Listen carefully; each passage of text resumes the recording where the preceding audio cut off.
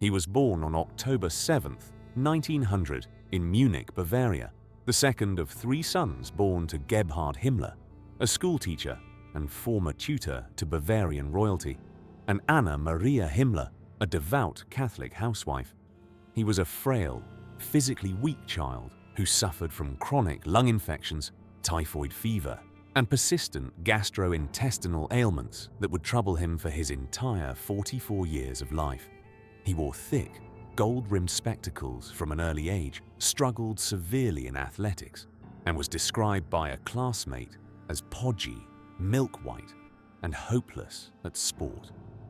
No one who knew him as a child would have predicted that this unremarkable, sickly boy from a respectable middle-class Munich family would one day command 800,000 armed men, oversee 1,500 concentration camps, and be personally responsible for the systematic murder of between 5.5 and 6 million Jews and approximately 5 million additional victims, including Roma, Soviet prisoners of war, Polish civilians, and people with disabilities.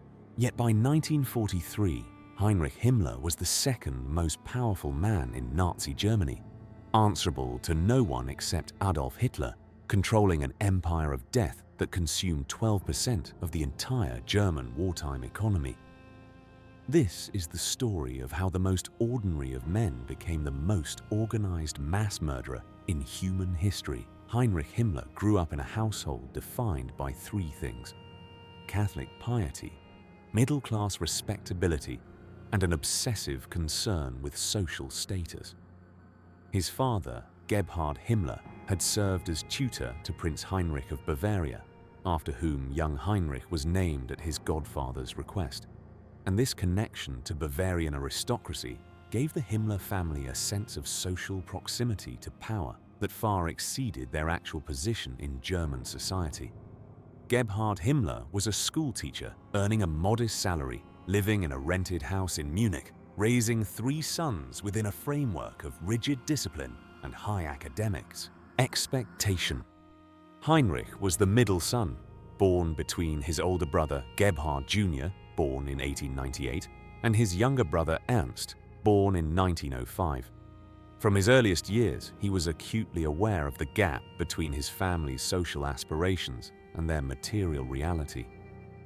And this awareness produced in him a chronic anxiety about adequacy and status that would drive his behavior for the remaining 44 years of his life.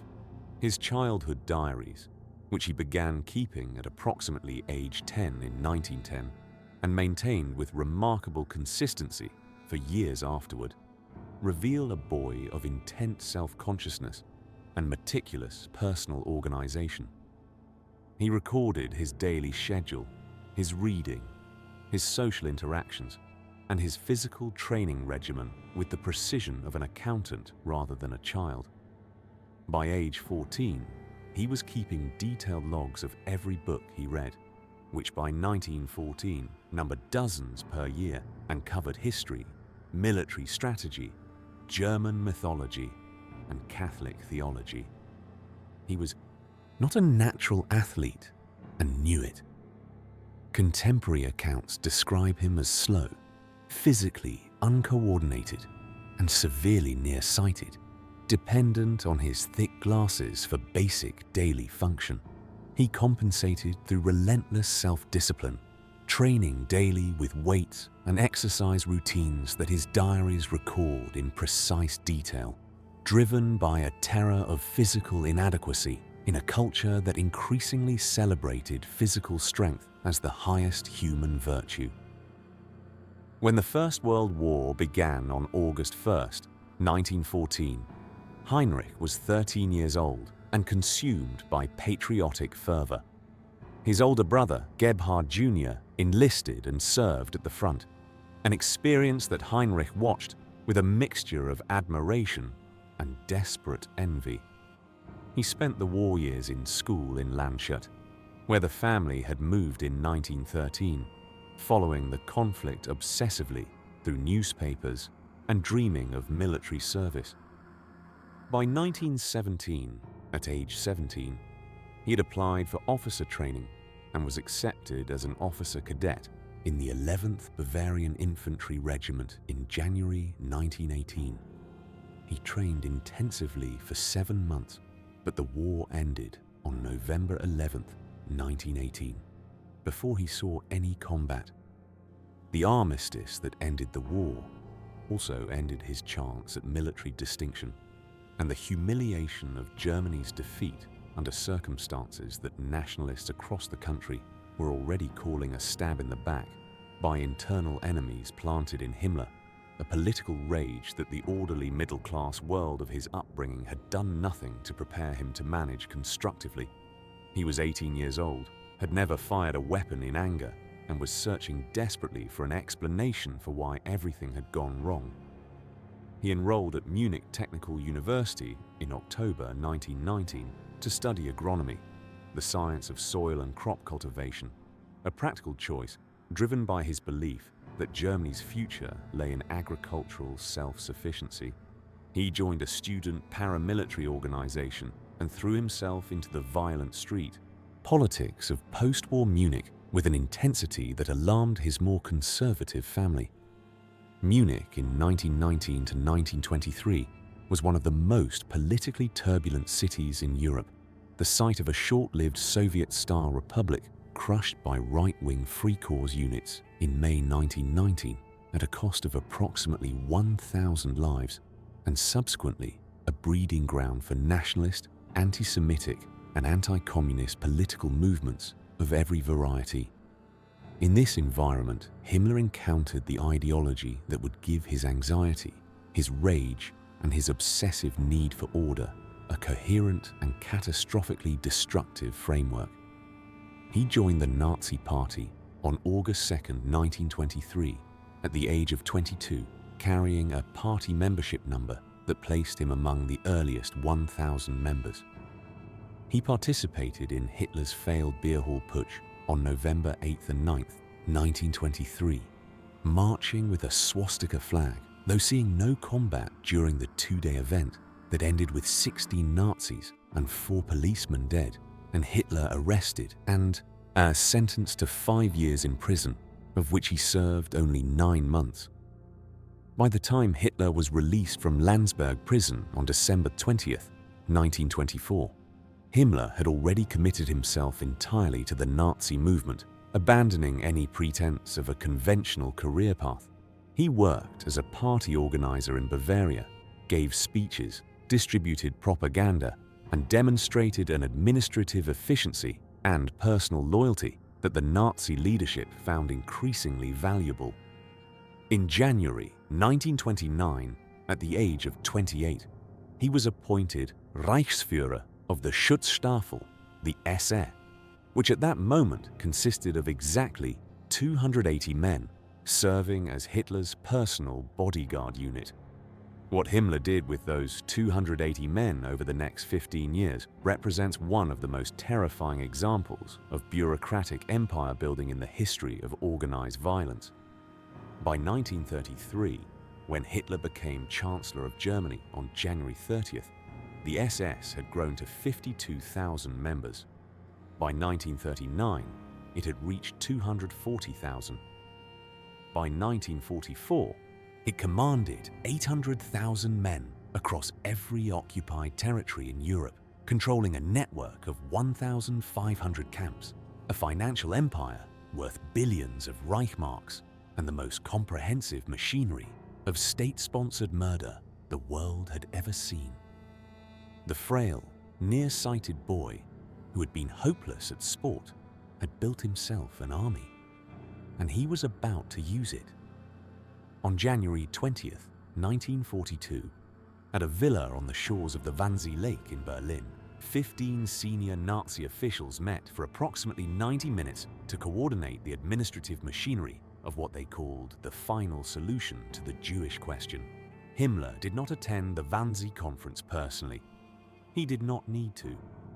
His representative, Reinhard Heydrich, chief of the Reich Security Main Office, and Himmler's most capable subordinate, chaired the meeting. the conference did not decide that Jews would be murdered. That decision had already been made and was already being implemented. What the Wannsee Conference did was coordinate the bureaucratic participation of 15 government departments in a process that was already killing thousands of people per day across occupied Eastern Europe. The minutes of that 90-minute meeting, recorded by Adolf Eichmann and running to 15 pages, referenced the 11 million Jews of Europe as an administrative problem requiring a systematic solution. Himmler had been building the infrastructure for that solution since 1933. The concentration camp system that Himmler constructed between 1933 and 1945 began with a single facility. On March 22, 1933, just 51 days after Hitler became Chancellor, Himmler opened the first concentration camp at Dachau, outside Munich, with an initial capacity of 5,000 prisoners. It was presented to the public as a detention center for political opponents of the new government. Within 6 years, it had become the model for a system that by 1944 encompassed 1,500 camps of varying types across occupied Europe, including 6 dedicated extermination facilities in occupied Poland: Auschwitz-Birkenau, Treblinka, Sobibor, Belzec, Chelmno, and Majdanek. These 6 facilities alone were responsible for the deaths of approximately 3.5 million people between 1941 and 1945. Auschwitz-Birkenau, the largest, processed approximately 1.1 million victims, 90% of whom were Jewish, using 4 crematoria capable of burning approximately 4,756 bodies per day at maximum operational capacity. The operational escalation of the murder program followed a precise timeline that Himmler managed with the same meticulous attention to administrative detail he had applied to every organizational challenge since his earliest days running the 280-member SS. In June 1941, following the German invasion of the Soviet Union on June 22, 1941, Himmler deployed 4 mobile killing units called Einsatzgruppen, each containing between 500 and 1,000 men, into occupied Soviet territory with orders to shoot Jewish communities, Soviet commissars, and other designated enemies. By the end of 1941, the 4 Einsatzgruppen had murdered approximately 500,000 people. By the end of 1942, that figure had risen to approximately 1.5 million, making the Einsatzgruppen alone responsible for one of the largest mass shootings in human history, before the gas chambers of the extermination camps reached full operational capacity. The most notorious single Einsatzgruppe action took place on September the 29th and 30th, 1941, at a ravine called Babi Yar outside Kiev, where 33,771 Jewish men, women, and children were shot over 36 consecutive hours by a unit of approximately 1,500 men.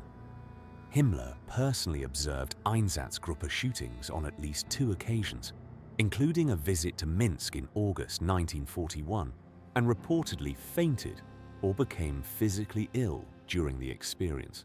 He responded not by stopping the shootings, but by ordering the development of more efficient killing methods that would reduce the psychological burden on his men. The gas chambers were the result. By 1943, Himmler had consolidated an empire of violence that extended far beyond the concentration camp system itself. As Reichsführer SS, he commanded 800,000 SS personnel. As chief of the German police, he controlled every police force in the Reich.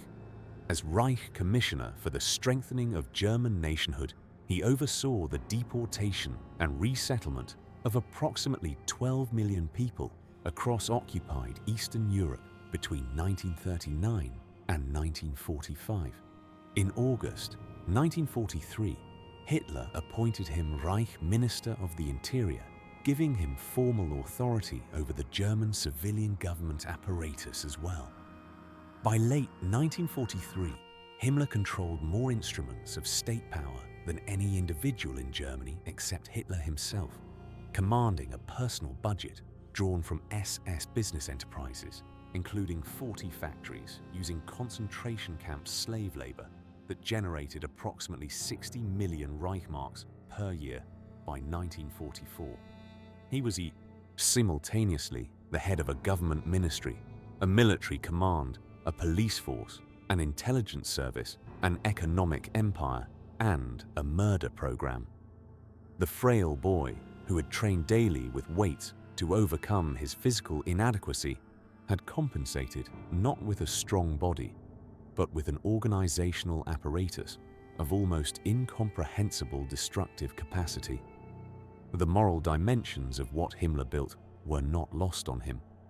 In a speech delivered on October 4th, 1943, to approximately 100 senior SS officers at Poznan, Poland, Himmler addressed the murder of the Jewish people with a directness that no other senior Nazi official had committed to the historical record. He said, in words recorded on a surviving audio recording lasting 3 hours and 8 minutes, "I am referring to the evacuation of the Jews, the extermination of the Jewish people. Most of you will know what it means when 100 bodies lie together, when 500 are there, or when there are 1,000. And to have seen this through, and at the same time to have remained decent, has made us hard." He described the murder of 11 million people as a difficult but necessary historical achievement, a burden his men had borne with admirable psychological fortitude. He called it a page of glory in German history that would never be written and never spoken of publicly. He knew exactly what he had done. He chose to do it anyway. That is the definition of the clash between power and morality at its most absolute and most irredeemable. By April 1945, the Third Reich that Himmler had served for 22 years was collapsing at a rate that even the most deluded Nazi loyalists could no longer deny. On April 20th, 1945, Hitler's 56th birthday, Soviet forces were fighting in the suburbs of Berlin, approximately 10 kilometers from the Reich Chancellery. American and British forces were advancing from the west across a front of more than 600 kilometers. Germany's 3 million remaining active soldiers were being pushed back on every front simultaneously, facing combined Allied forces of approximately 7.5 million men. The 1,500 concentration camps that Himmler had built were being liberated one by one, their surviving populations of starved and dying prisoners providing the world with photographic evidence of what Himmler's administrative genius had actually produced. At Buchenwald, liberated on April 11, 1945, American soldiers found approximately 21,000 surviving prisoners among piles of unburied corpses. At Bergen-Belsen, liberated by British forces on April 15, 1945, approximately 60,000 surviving prisoners were found alongside approximately 13,000 unburied bodies. The man responsible for building these facilities was already attempting to negotiate his own survival.